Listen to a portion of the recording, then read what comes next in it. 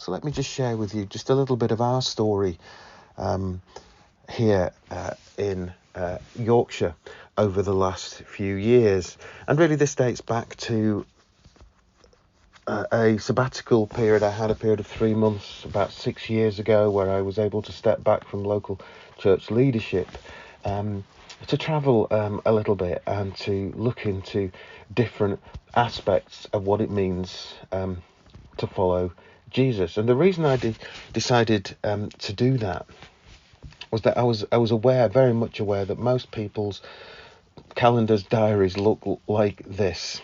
And perhaps some of those ways of discipling or thinking we were discipling people that I'd experienced over the last 30 years or so perhaps weren't that effective in the busy world in which we live. And that kind of diary can only lead to one thing, and that is stress and pressure.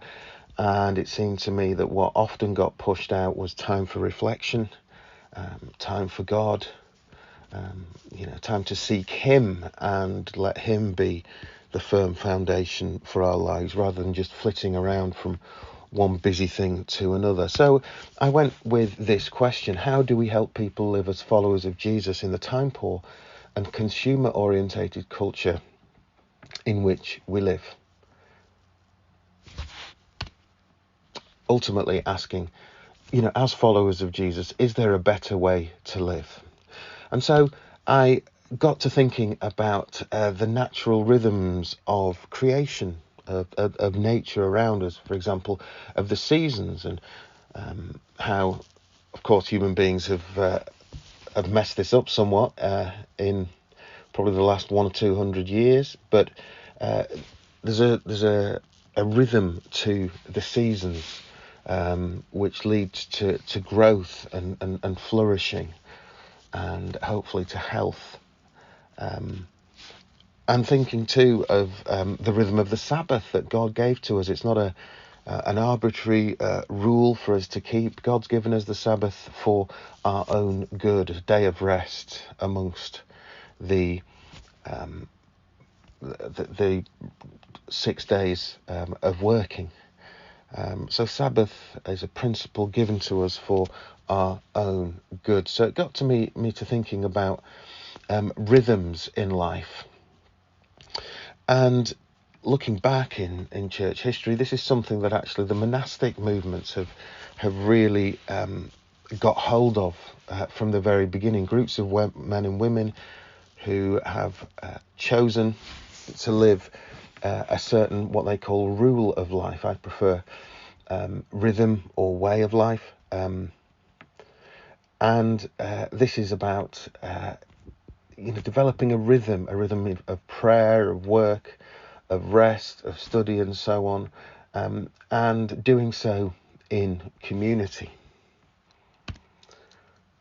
Today, there's a movement which has become known as New Monasticism, and this is quite a broad movement, really, lots of different expressions within it.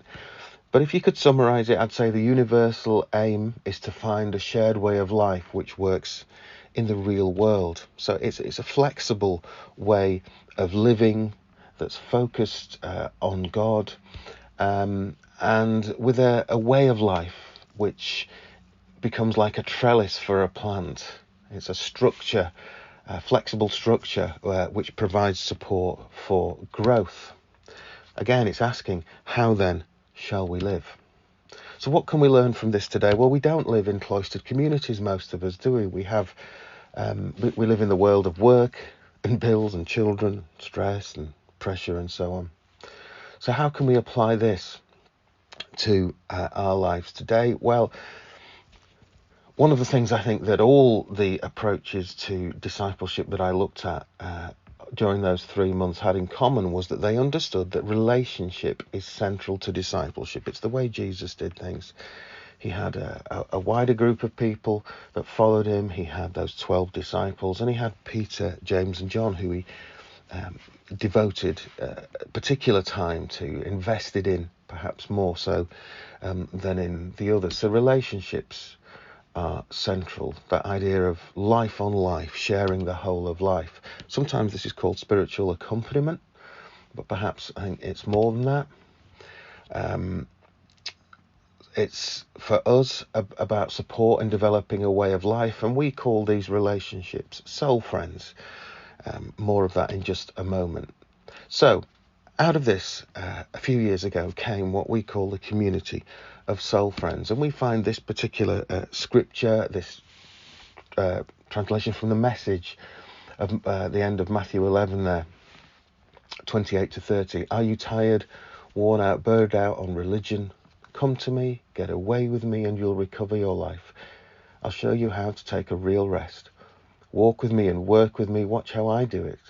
Learn the unforced rhythms of grace. I won't lay anything heavy or ill-fitting on you. Keep company with me, and you'll learn to live freely and lightly.